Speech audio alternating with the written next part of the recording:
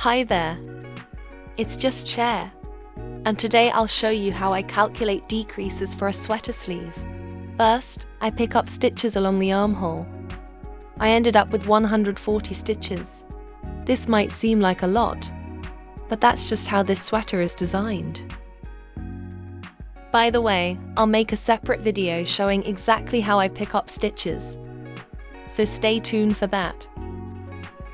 Next, I decide how wide I want the sleeve to be at the cuff. I take a measuring tape and measure the circumference I want around the wrist. I also have a cuff planned, so I measure up to where the cuff will start. I'm aiming for 28 centimeters.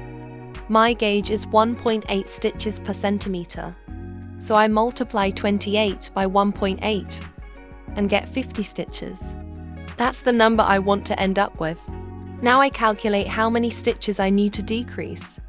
Starting with 140 and subtracting 50 leaves 90 stitches to decrease. Since I knit a decrease of 2 stitches at a time, I knit 3 stitches together. I'll need 45 rows with decreases. For the sleeve length, I'm going for 50 centimeters.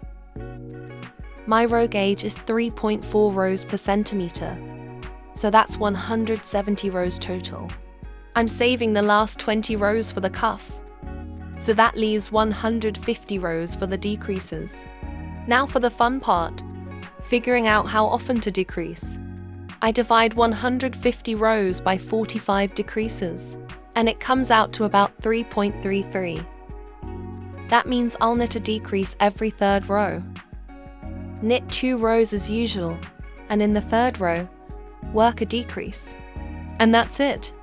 This method makes it super easy to calculate decreases and keep your sleeve neat and even. Hope it's helpful. I'd love to hear your thoughts in the comments. What calculations do you use for your projects?